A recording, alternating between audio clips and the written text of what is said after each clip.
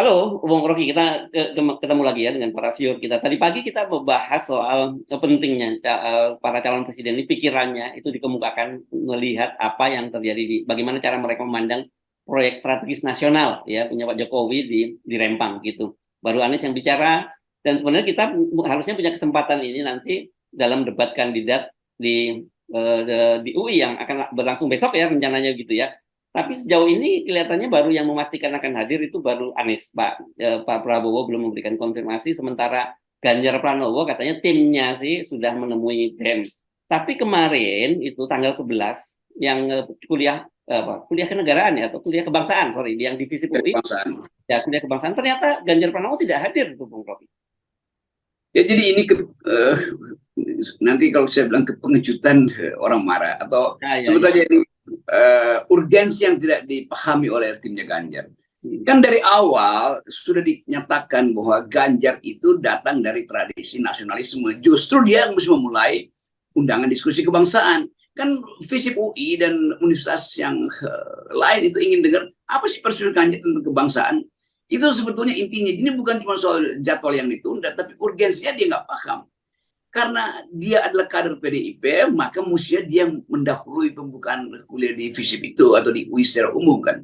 Kan konyolnya di situ tuh. Justru dia yang harusnya jadi inisiator untuk menghela tema ini. Sehingga yang lain ikut di belakang. Yang terjadi justru Anies duluan, itu agak kacau paradigma timnya Ganjar. Yang kedua, menolak untuk berdebat itu artinya tidak mau tersangkut pada burning issue, pada isu yang sedang membakar sekarang itu soal Rempang. Kenapa sih timnya Ganjar atau Ganjar sendiri mengantisipasi bahaya nih kalau ngomong soal Rempang, itu berarti catatan kakinya harus soal Wadas, catatan kaki berikut ada soal uh, Gunung Kendeng tuh, dan semua itu adalah soal ketidakmampuan Ganjar atau bahkan keinginan Ganjar untuk mengusur rakyat sendiri kan. Jadi di situ terlihat kepengejutan. Nah, sekarang saya boleh pakai kata itu. Karena isu terutama seluruh dunia diarahkan, seluruh kamera dunia diarahkan ke Rempang, sementara Ganjar menghindar dari kamera-kamera itu kan. Itu intinya tuh. Iya, iya, iya. Tetapi saya kira kita nggak tahu bagaimana nanti skenario-nya BEM UI. Apakah kalau yang hadir cuma satu satu kandidat akan terus debatnya akan terus berlangsung? Ya kalau begitu jangan salahkan karena nanti panggung itu akan digunakan sepenuhnya oleh Anies Baswedan gitu. Kendati juga terbuka kemungkinan kalau Anies datang sendiri juga dia dicincang juga oleh BEM UI gitu dan tinggal bagaimana cara dia menghadapinya kan gitu.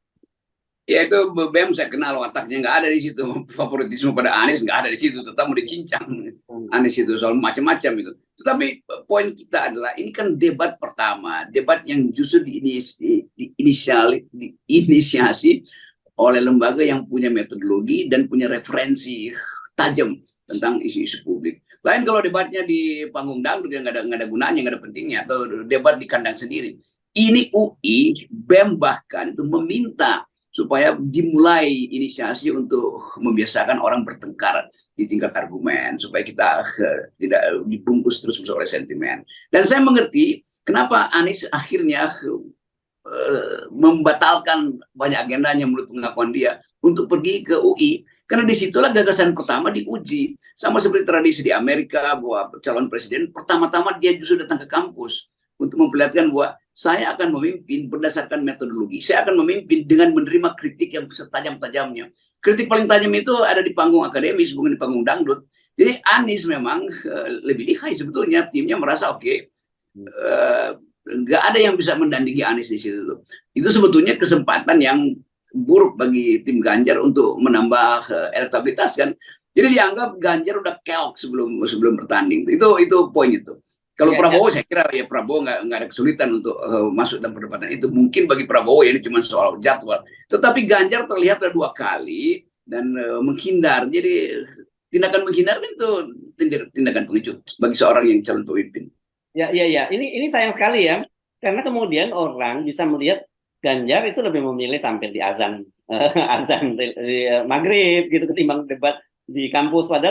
Padahal kita dengar ini KPU juga sekarang akan mencoba membuat aturannya gitu ya, menyikapi antusiasme dari kampus-kampus. Karena ini kan tadinya kita berharap setelah UI ini akan para para kandidatnya akan keliling di kampus-kampus dan saya kira itu jauh lebih murah biayanya gitu dan lebih beradab dan akan lebih bermutu yang paling penting begitu. Iya, Ganjar seolah memilih atau tim Ganjar memilih udahlah kan Ganjar nggak perlu lagi datang ke UI karena dia udah dikenal di depan televisi lagi sholat itu. Tapi kan sholat itu nggak mungkin ada orang yang mengganggu sholat. Mhm. Di dalam debat itu justru dia mesti diganggu karena dia mesti ucapkan pikirannya kan. Jadi jangan andalkan bahwa publik itu bisa dirayu melalui sifat-sifat religius kesederhanaan. Nggak ada. Itu bagian yang personal dari masyarakat Indonesia itu ya datang beribadah itu urusan personal. Tapi kalau urusan personal itu dimanfaatkan melalui frekuensi publik, nah itu artinya pengkhianatan terhadap janji bahwa dia akan menjaga etikanya untuk tidak berbuat curang. Ini sudah curang karena jelas frekuensi publik itu dimanfaatkan oleh partai pendukung Ganjar, yaitu jaringan RZI, MNC kan. Jadi dari awal kita sudah tahu itu. Ya, jangan sampai kemudian seolah itu hal yang biasa. Lalu KPI atau Komisi Penyiaran Indonesia merasa sulit untuk mencari deliknya. Itu jelas-jelas ada di situ tuh. Dan nggak mungkin itu dibiarkan. Kalau itu dibiarkan artinya semua orang boleh memanfaatkan channel atau lembaga apapun hanya demi menambah elektabilitas. Padahal elektabilitas seorang itu bertambah kalau dia mampu untuk berdebat dengan calon presiden lawannya. Itu dasarnya tuh. Jadi saya lihat bahwa ada gejala ya bahwa PDIP akan protes kalau tayangan itu dipersoalkan oleh lembaga penyiaran. Padahal lembaga penyiaran punya hak justru juga untuk mewakili kepentingan publik. Ya, dalam hal ini memang kelihatannya domainnya adalah memang domain dari Komisi Penyiaran Indonesia ya, karena Bawaslu sendiri sudah menyatakan ya ini memang akan dipelajari tapi sulit lah mencari deliknya karena dia satu belum ditetapkan sebagai calon presiden. Kemudian yang kedua tidak ada ajakan untuk memilih, tidak ada atributnya, sangat normatif apa yang disampaikan oleh Bawaslu. Tapi kalau ini ya kalau KPI jelas, ya silakan. Ini cara berpikir Bawaslu itu juga apologetik. Ya karena belum ditetapkan sebagai calon presiden. Lo buat apa ketiadaan penetapan itu dijadikan alasan untuk mempersoalkan bahwa bahkan belum jadi calon presiden udah memanfaatkan frekuensi publik dengan cara yang buruk, apalagi jadi calon presiden. Kan itu pikirannya kan. Di Bawaslu juga kadang-kadang berpikirnya dangkal gitu. Justru ketika belum jadi calon presiden, dia sudah memanfaatkan institusi-institusi yang memungkinkan dia nambah elektabilitas. Seseorang nyari cara untuk nambah elektabilitas sebelum jadi calon presiden. Ganjar berupaya nambah elektabilitas dengan memamerkan religiositasnya di frekuensi publik. Begitu cara berpikirnya teman-teman Bawaslu. Nah, sementara ketika KPI akan memanggil Ganjar, ini kemudian ada politisi PDIP, Junior Mat Gisang kalau tidak salah menyatakan mengingatkan KPI jangan main politik dong. Gitu.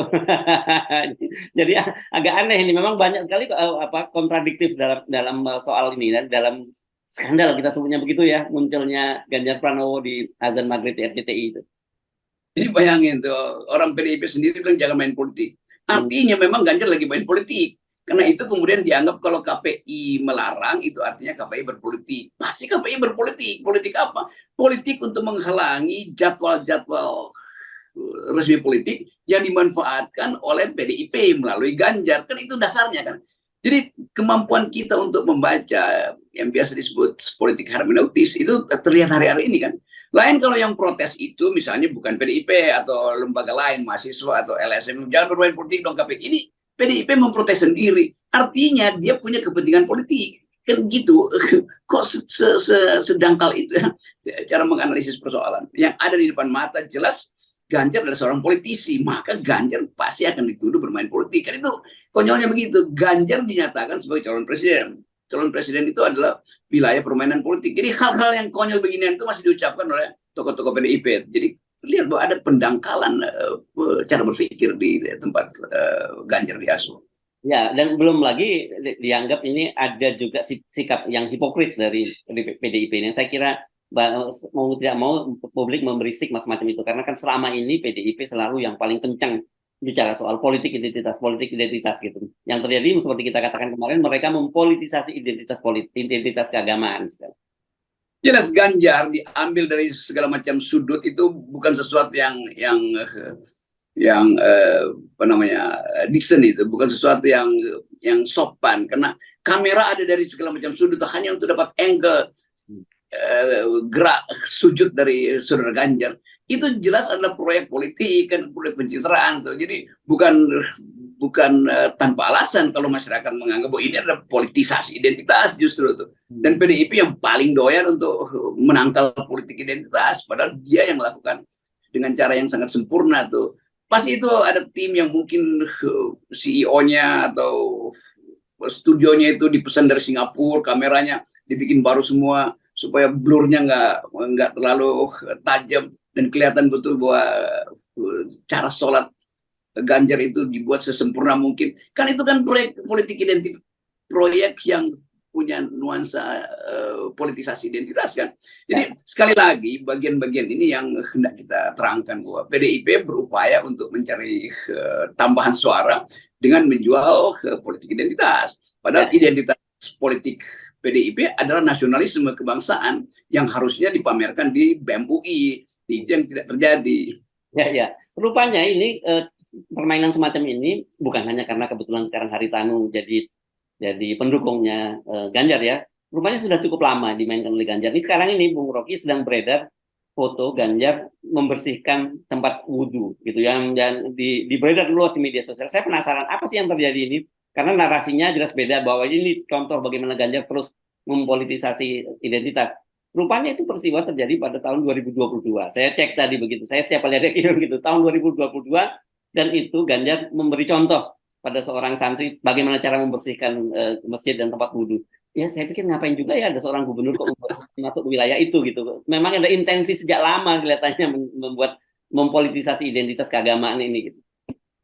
Ini bahayanya orang akan lihat Ganjar mengajari orang cara berbuat baik dalam versi agama tuh. Sementara orang tahu bahwa Ganjar itu urusannya dengan wadas.